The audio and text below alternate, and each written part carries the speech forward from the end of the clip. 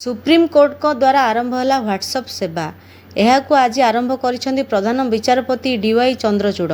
वर्तमान मामला संपर्कित समस्त गुरुत्वपूर्ण तथ्य एडवोकेट ऑन रेकर्ड एवं मामला रे संपृक्त पक्ष सीधा व्हाट्सएप माध्यम सूचना पाइपर।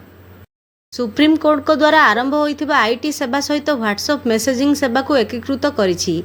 ए संपर्क में आज प्रधान विचारपति डीवाई चंद्रचूड़ घोषणा करिसेंति। एही पदक्षेप द्वारा सबु एडवोकेट ऑन रेकर्ड और पक्षकार को दाखल मामला संपर्कित गुरुत्वपूर्ण अपडेट सीधा तांकर व्हाट्सएप नंबर रे मिलिबो।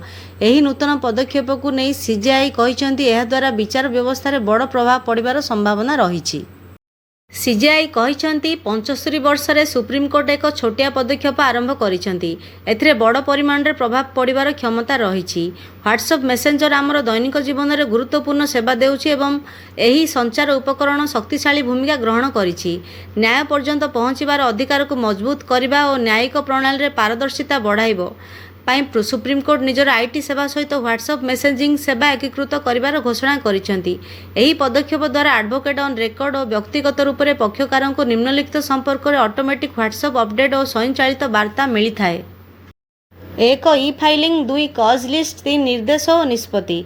एथिरे दाखल होइथिबा मामला रेजिस्ट्री द्वारा चिन्हट आपत्ति विषय विज्ञप्ति मध्य रही। कारण सूची प्रकाशित होगा पर रेजिस्ट्री द्वारा बार सबु सदस्यों को पठाई दिया जिवो।